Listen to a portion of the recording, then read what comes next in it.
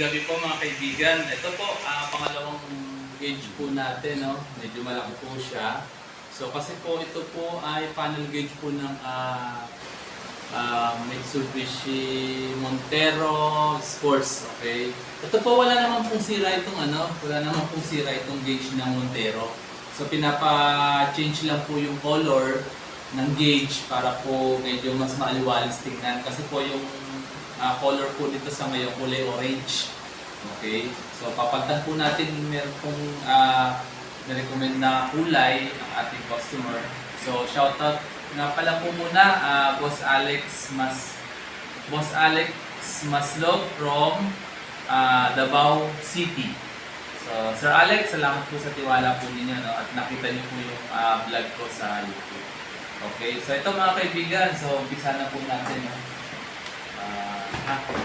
Tingnan po natin siya.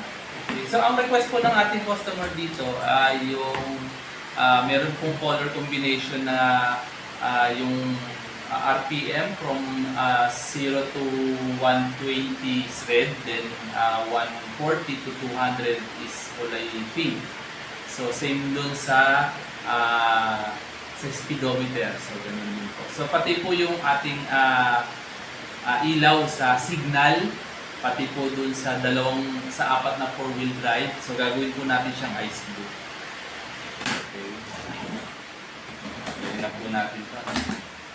So medyo malaki lang po itong panel gauge ng Montero. Ayan. Okay.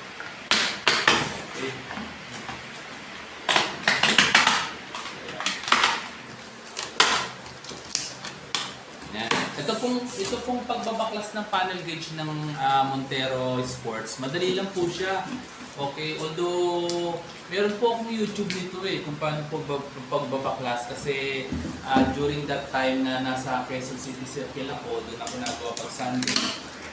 Binablog ko po yung mga sasakyan po na tinatanggalan ko po ng panel gauge para po madali pong sundan ng ating mga customer.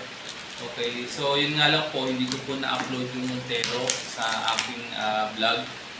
Okay, pero check ko muna sa archive ko, na-save ko po doon para maisama ko po doon sa pag-upload ko sa para po madaling masundan ng mga customer natin na taga ibang lugar po. Okay, so ito po yung lalagay niya, no? So maganda naman po ilagay ko sa matibay na plastic kasi medyo maselang po ito. Yung nga lang po, yung pagbabaklas po nitong Montero itong panel gauge ng Montero, yung pagbabaklas po nito sa mismong dashboard niya medyo maselan. Okay, so ang gagawin niyo po, tatanggalan niyo po muna yung battery ng sasakyan, kahit isang terminal lang, either positive or negative. Tatanggalin niyo muna bago niyo baklasin itong gauge. Then kapag ikakabit nyo po, kailangan tanggal po muna din yung battery. So bakit po kailangan tanggalin? Kasi mayroong mga modelo po ng Montero, maselan. So umiilaw po yung airbag. So kapag umiilaw po yung airbag, hindi na po siya natatanggal. So ang gagawin ninyo, para matanggal po ninyo, ipapa-scan po ninyo dun sa may scanner para ma-erase po yung error. Okay. Hindi po siya basta-basta matatanggal ng dito. Ang basta pagpatay lang po ng makina ng matagal, unlike po dun sa ibang modelo ng sasakyan. Ito maselan po. Okay. So yan. Ito.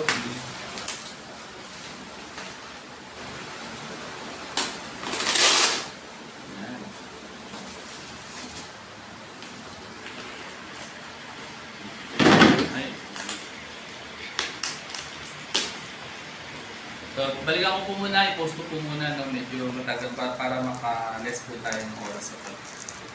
Mahirap lang tanggal. Go! Ito po mga kaibigan, okay na po, natanggal na natin. So ito po yung yung panel gauge ng Montero Sports. Okay, so yan, papaklasan po natin. No? Ito po, yun nga po, gaya na nabanggit ko, madali lang po itong baklasin sa dashboard niya. So ito lang po yung babaklasin nyo. Meron lang pong cover yan pero hindi hila lang po yun. Tapos pag hinila nyo po, Meron lang pong isang screw dito sa taas, then dalawang screw sa baba. Yun lang po. Tapos pwede nyo nang ugutin yung connector dito, tatanggalin nyo lang po. Tatlong connector na po yan. Okay, so baklasin na po natin siya. Ito na-active lang po yan. Okay. Pwede po natin ito. No? Okay. Pwede natin siya. Ingatan nyo lang po ito, no? Kasi medyo brittle or malutong. Tapos sunod dito, na-active lang din po itong black guard cover niya. Yan. Okay. Yan. Pwede natin yan. Okay, so ngayon, itong needle po niya, okay, so bago nyo po tanggalin, okay, so ang gawin nyo po, lagyan nyo po ng marking. Ito, wala namang problema po dito sa kilometers at saka dito sa RPM kasi nakatapat lang naman po siya dito sa zero. Okay, so wala pong problema yan. Okay, tapat lang yun sa zero. Ito lang po, offset po ng konti ito. Itong sa temperature at saka itong sa fuel, naka-offset po yun ng konti. So ang gagawin nyo po, yung dulo ng mismong needle niya, lalagyan niyo po ng palatandaan. Okay, kung saan po siya nakatapat. Ayan, yan po nilagay yan. Para pagka binalik ko po, doon ko po siya itatapat. So ganun din po ito itong sa tawag dito, sa gas. Okay. Medyo mag-offset lang ng konti yan, pero minimal lang po. Kasi hindi naman po perfect pagka makikabit natin yan. Pero hindi naman po makakapit. Okay. So ngayon, ito pong drive, kulay ice blue ito, pinapapatan ng ating customer. Then itong left and right, or yung hazard niya, ice blue din. Okay, then 0 to 120, kulay blue. Then 140 to 200, okay, kulay pink. So 0 to 4, blue, yung number. Then 5 and 6, kulay pink. Okay. So ngayon, ang pagbabaklas po nito, may technique po ng pagbabaklas itong needle niya, no? Huwag nyo pong basta-basta hihilahin. Okay, so ang gagawin nyo po, i-rotate nyo po ng counterclockwise, ng clockwise. Okay. Okay. I-rotate nyo lang po ng clockwise. Okay. Kapag ka nasagad na, so i-diretso nyo lang po at pihitin nyo lang po siya. Okay. Yan. Pagka umiikot na siya, pihitin nyo na may puwersang paangat. Okay, may puwersang paangat. Okay. Pihitin nyo ng may puwersang paangat. Hanggang sa matanggal. Dahan-dahan lang po. Yan, okay, natanggal na. Then meron pa po yung isa. Ito, yung pinaka-guard niya. So, tungkapin nyo lang po ito ng anything tweezer or any kind na matulis po. So, ang ginagawa ko po dyan ay pinapasakan ko po dito sa pagitan ng inisingita ko po ng matulis na bagay tapos saka ko po inaangat.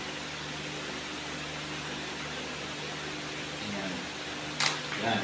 Inaano ko lang po ng kuko, inaangat ko lang po ng kuko. So, ganon. So, ganon din po dito, no? Okay. Ganon din po ang technique na gagawin niyo. Papaikutin niyo po ito, tapos ito yung din kung tatanggalin. So, post ko muna po yung video. Tatanggalin ko po muna ito. Ito. O, ayan, mga kaibigan, no? Natanggal na po natin. So, lahat po yan. So ingatan nyo lang po yung pagtatanggal kasi isa po ito sa napakaselan pong tanggalin. Kasi kapag hindi po tama yung pagkakatanggal nyo at pinuwersa nyo pong iangat, itong pinaka-needle po niya sa gitna, pag yan po nahugot, automatic po papalitan nyo na po ng bago yung pinaka-rotor niya. Kasi mahirap na pong i-align siya. May experience na po kasi ako sa ganyan, kaya medyo nakabisado ko na po. So kaya pag natanggal nyo na po lahat, okay, meron na po kayong palatandaan dito sa needle, sa dalawa. So, pwede nyo na pong tanggalin po. Yan, okay. Yan, ganun po ito, no? So, makikita nyo po, madumi ito, no? Okay. So, lininisin po natin yan ng alcohol. Okay. Kasi yan, para medyo gumanda po yung, ano niya, yung ganda ng kulay niya, magpanumbalik po. Okay. So, yan. Then, ito, di pa rin po dyan nagtatapos. Okay. So, kailangan tanggalin nyo po itong likod. Pag tinanggal nyo po itong likod, mga kaibigan, ingatan nyo po ito. Kasi itong pinaka parang stick niya, tumatalsik po yan. Kasi may spring po yan doon sa loob eh. So, ang gagawin nyo, alalayan nyo po ito habang tinatanggal nyo po ito. Okay. Tanggalin nyo po muna ito. Ipaluwagan nyo muna po. Okay. Tanggalin nyo po muna sa pagkakaklit. Yan. Okay. So, yan. Sa tagiliran muna, tapos meron po yung isa dito sa gitna. Okay, may isa po yan sa gitna. Sa mga tagiliran, yan, tanggalin nyo muna. Luwagan nyo lang. Tapos yung gitna ho.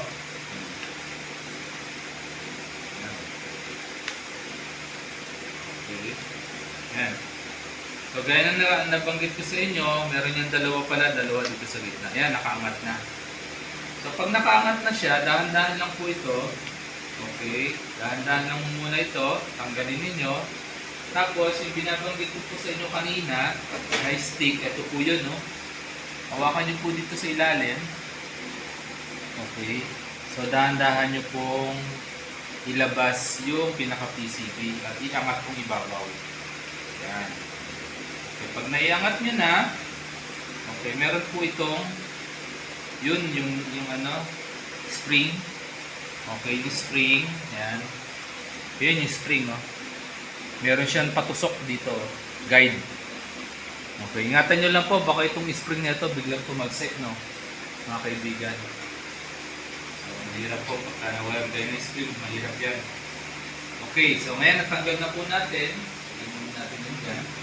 Pwede na po natin palitan ng ilaw yan, no? Okay. Ang problema po ninyo, isa pang maselan po dito, itong pagtatanggal po ng LCD. Okay. Itong LCD po na ito, para matanggal nyo po ito, kailangan tanggalin nyo po itong hinang. Okay. Itong hinang na yan, lahat yan tatanggalin niyo, kaya napakaselan po niyan.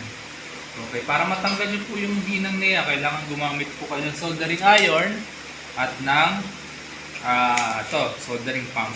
So, isa-isa nyo po tatanggalin yan, no? Kailangan medyo expert po kayo sa paghihina, kundi baka masira po yung inyong itong trace niya. Okay? So, yan. Kasi, bakit po natin kailangan tanggalin ito?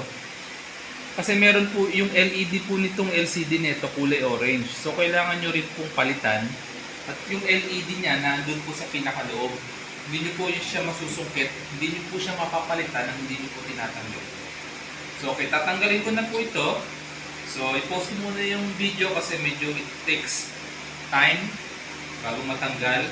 So, pag natanggal ko na po, okay, ibalik ko po ulit sa inyo. Mga kaibigan, ito po mga kaibigan, natanggal ko na po ito, no? Pero pagka tatanggalin nyo pa lang po siya, meron pong ipe-press kayo dito, itong dalawang ito. Kasi naka-clamp po yan dito sa dalawang tong butas eh. So para matanggal nyo po siya, kailangan i-press nyo po ito. So ngayon, medyo maselan na po yung pagtatanggal nito. Una, ang daming pin. Okay, make sure na lahat yung pin talagang wala nang nakakonect ang hinang. Kasi pag kami nakakonect ang hinang yan, baka mabalian kayo ng pin or kaya itong trace ninyo masira, maputol. So ayan. So pagbabalik naman po, wala naman po kayong magiging problema kasi nga po meron naman po polarity yan. So itong kabilang side maraming pin, itong kabilang side po konting pin. So pokiyoki po yan, pokiyoki po tawagin namin yan. So hindi po kayo pwedeng magbaliktad. Hindi po pwedeng mabaliktad po siya ng kabit kasi hindi rin naman po siya papasok. So okay. Ito, ingatan po natin to. Tatabi ko muna ito kasi maselan yan. Okay. Gaya ng nabanggit ko. So ito po yung dalawang ilaw niya ito. Yan. Okay, ito yung dalawang ilaw niya sa LCD, papalitan natin. Then ito naman yung dalawang ilaw niya sa RPM. Okay. Then ito naman yung tatlong ilaw niya sa kilometers. Then ito naman yung ilaw niya sa gas. Tapos ito po yung drive. Yung sinasabi ng ating customer. Papatan natin po yung drive niya. Saka yung hazard. Okay. So, balikan ko po kayo mamaya. Palitan ko lang po yung LED. Go. Ayan mga kaibigan, ito, tetesting na po natin yung mga kinabit nating ilaw. Okay, so mag-umpisa po tayo dito sa LCD. Ito po ay dating orange, ngayon ay yun, white na po. Okay, white na. Oop, teka lang, pause ko muna at namatay yung ano. Go. Yan, tuloy na po natin mga kaibigan, no? Okay, so itong sa LCD, ulitin po natin. White, dalawa po yan, white. Tapos itong sa kilometers, white. Tapos ito, white. White, lalagyan po natin ng kulay mamaya yung cluster. Tapos itong RPM ay white, dalawa lang yan. White, yan, good, nagana naman po. Itong sa gas at saka sa temp ay white. Tapos ito po yung sa drive.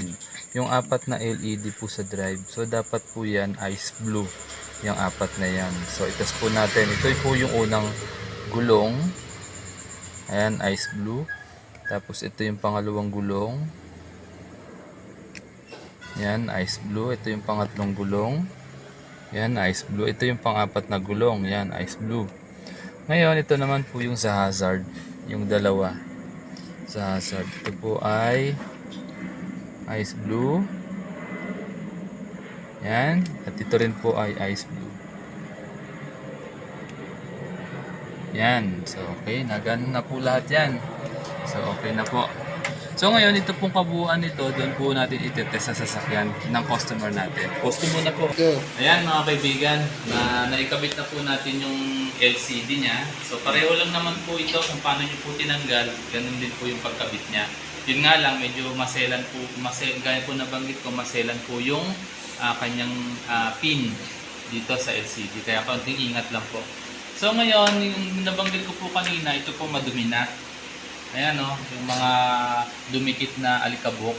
So medyo hindi na po kaya niya ng kamay kasi na ano na po siya, nagigitan na po ng init. So kaya ang gagawin nyo, kuha lang po kayo ng alcohol. Okay, ayan o, natatanggal sa alcohol. Ayan, nakitang-kita. Ayan, lilinisin nyo lang po ng alcohol yan. Okay. Ayan. So ganyan. Okay, lilinisin nyo lang po ng alcohol. Tapos, ganun din po itong kabila. Okay. So, sige po, linisin ko po muna. Then, pagkatapos po, pakita ko po sa inyo resulta. Post ko muna po ulit yung Go. ayan, mga kaibigan, okay na po ito. So, ito, nalinis ko na rin po. Ito, nalagyan na po natin ng kulay yung kanyang, using high temp na film.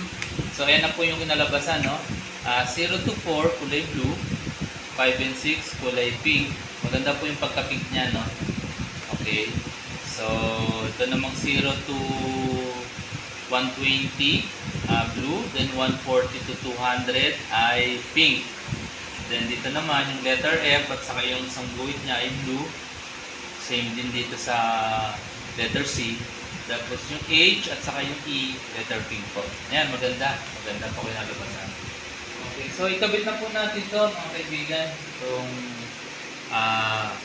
gauge, itong mismong board niya dito sa mismong sa pinaglalagay niya. No? So, ang una natin gagawin ay ipapasok po muna natin itong stick.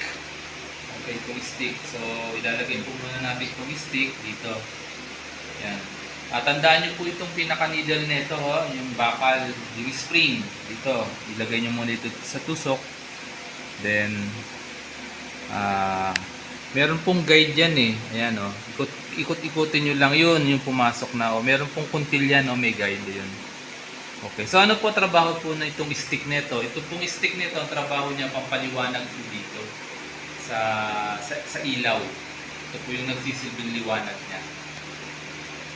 Kung gusto niyo bawasan yung liwanag, kung gusto niyo dagdagan, pinitin niyo lang po ito. So ngayon, lagay na po natin ito. Make sure lang po na maayos yung pagkakalagay ninyo para hindi tumalsik yung needle or yung spring. So yan. Kung mapapansin nyo yan, parang medyo malikot pa siya kasi nga hindi pa po nakakabit yung itong nasa likod niya. Ito, yung cover niya sa likod. Kasi po ito, wala pong screw ito, walang screw. So more on clip lang siya. So kaya nagalaw-galaw yan. So para hindi siya gumalaw, ito po, itong cover niya. Yan po ang nagsisecure sa kanya. Kasi may mga clip po yan. Okay, so yan. So clip po natin. Yun, magtutok na. Then, yan. Make sure lang po na lahat naka-clip siya. Yan, yan. Secured na po yan. Tapos, punasan lang po natin ito. Okay. Yan.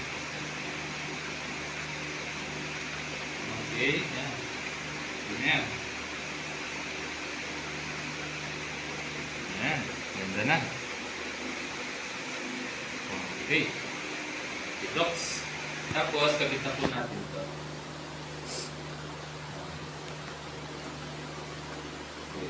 So, kinabit natin yan. Okay. Tandaan lang po natin itong ito. Una natin ikabit yung pinaka-socket niya. Yung pinaka-lock. Yan. Locking mechanism niya. Okay.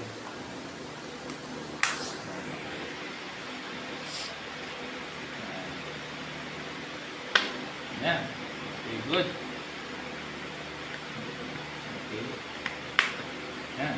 Pag naikabit niya na po yung locking mechanism niya, sa kanya naman po ilagay itong needle. Itong needle po, itong isa, yung maliit dito sa kilometers, sa RPM, itong malaki dito sa kilometers. Itong pinakamaliit dito po sa dalawa, sa temperature at saka sa fuel.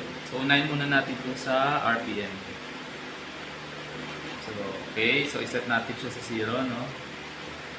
Okay. Set muna sa 0 bago saka natin siya ilubog. Yan. Okay. Yan. Set na sa 0 yan, no? Yan. So, pantay ba? Yan. Pantay naman. Okay. So, ito. Ganun din. Set lang to sa 0.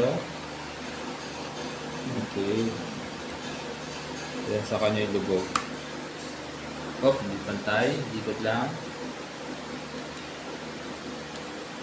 Yan, pantay na.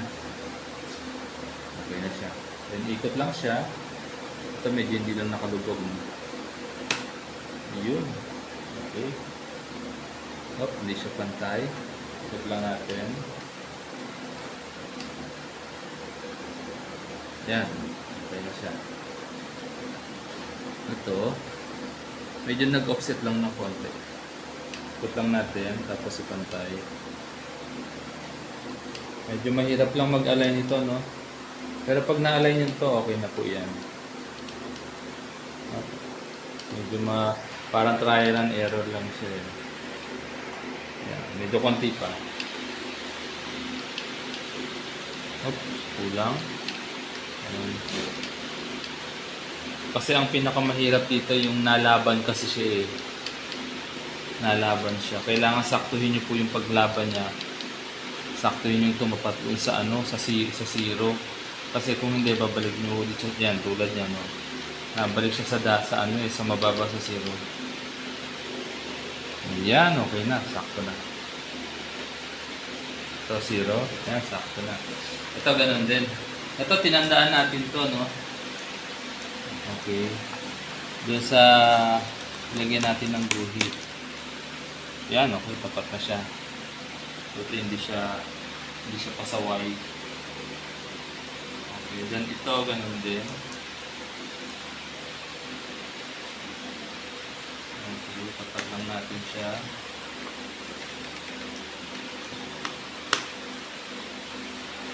Yan, okay. Yan. Oh, ito po ang offset ng konti. Oh, parang ganun din kanina. Yan, sentro na. Yan, pagka sentro na, linisin nyo na po yung pinagpalatandaan nyo. Okay. Okay. Para mawala yung marking. Ayan. Okay, linis lang ng konti. Nabot na tayo ng alas 12, no? Pero okay lang ho yan. Best effort naman po. So ito, linisin natin. Okay, kabit na natin to mga kaibigan. Yan, ito na po yung finish niya. Yan, okay na. Yan.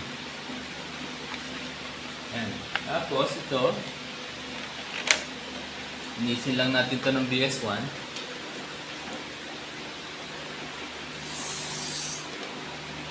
Loob at labas. Para mas makintab.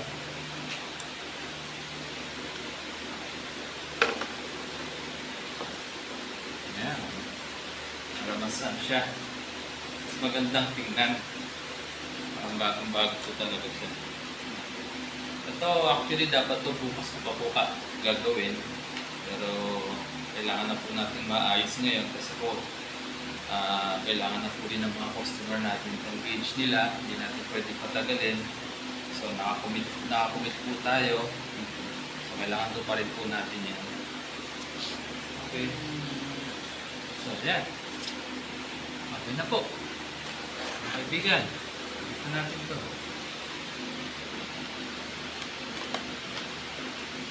Ayan. Ito, isa-set ko lang ho ito dito sa pinakataas. Okay. Yan, ito sa pinakamababa. Yun, hindi po siya align, no? Pero kapag po yan pinaandar po ninyo, kusa pong mag-a-align yan. Kusa pong bababa yan, magka-calibrate yan. So, stay ko na lang po yan sa ganyang setup. Mag-a-align po yan kapag naikabit na. Okay, so, yan. Okay na po ito, mga kaibigan. So, pwede na pong ipaship bukas. So, yan. Sir Alex, Masilog, salamat po sa inyong tiwala dito sa panel gauge ng Montero Sports na inyong pinabago yung LED. Okay, salamat po. Then, mga kaibigan, yung pong details ng aking paggawa ng gauge, doon po. Tingnan nyo lang po doon sa aking description. So muli, magandang gabi at maraming salamat. Magandang hapon, Joe. Heto, ipapakita ko na yung finished product na nagawa mong modification. Sandali lang.